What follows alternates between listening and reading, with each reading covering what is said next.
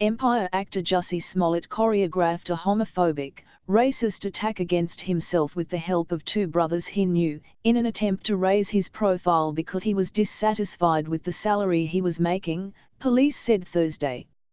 Smollett, who is gay and black, staged the 29th of January attack to look like a hate crime, to take advantage of the pain and anger of racism. First, Smollett attempted to gain attention by sending a false letter that relied on racial, homophobic and political language. When that didn't work, Smollett paid $3,500 to stage this attack. The stunt was orchestrated by Smollett because he was dissatisfied with his salary, so he concocted a story about being attacked. Johnson, a black man, railed against Smollett, who he said was embraced by Chicago but unfairly added to the city's image as a crime mecca. "I am offended that this happened and I am angry," he said. This publicity stunt wasn't a scar that Chicago didn't earn nor did it deserve.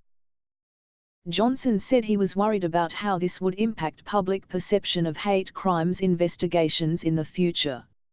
"I'm also concerned about what this means moving forward for hate crimes," he said. Now, of course, the Chicago Police Department will continue to investigate all reports of these types of incidents with the same amount of vigor that we did with this one. "My concern is that hate crimes will now be publicly met with a level of skepticism that previously didn't happen." Johnson also said he offered Smollett his prayers.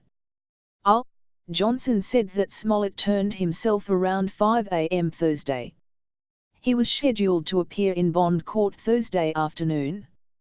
Smollett was charged with disorderly conduct for filing a false police report on Wednesday, 3 weeks after he told police he was assaulted on the street near his home in Chicago's Streeterville neighborhood.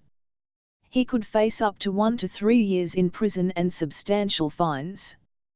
The charge came just hours after Smollett was officially classified as a suspect in a criminal investigation by Chicago police, who presented evidence before a Cook County grand jury. Smollett told investigators he was beaten by two masked men who shouted racial and homophobic slurs. "I'm left hanging my head and asking, why?"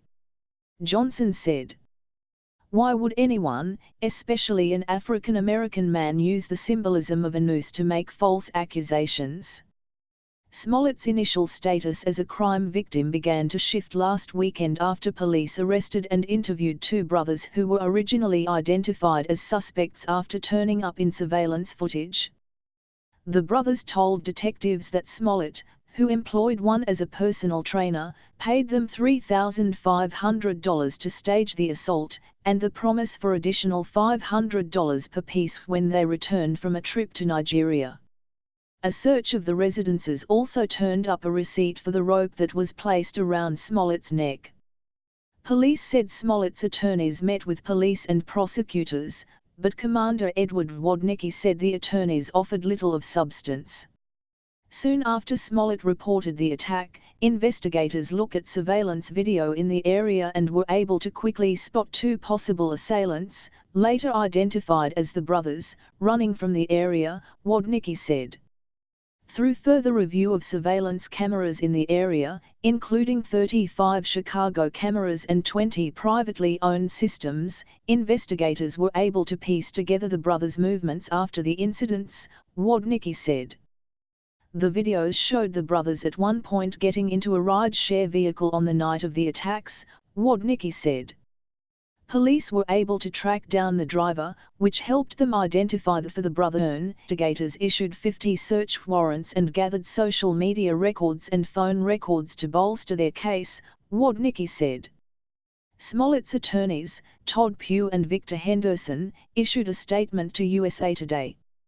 Like any other citizen, Mr. Smollett enjoys the presumption of innocence, particularly when there has been an investigation like this one where information, both true and false, has been repeatedly leaked. Given these circumstances, we intend to conduct a thorough investigation and to mount an aggressive defense. Smollett has lawyered up, retaining Chicago criminal defense attorneys Pugh and Henderson. He has since added Los Angeles-based celebrity defense lawyer Mark Geragos to assist with the case. Among others, Geragos represented singer Chris Brown, who pleaded guilty to assaulting his then-girlfriend,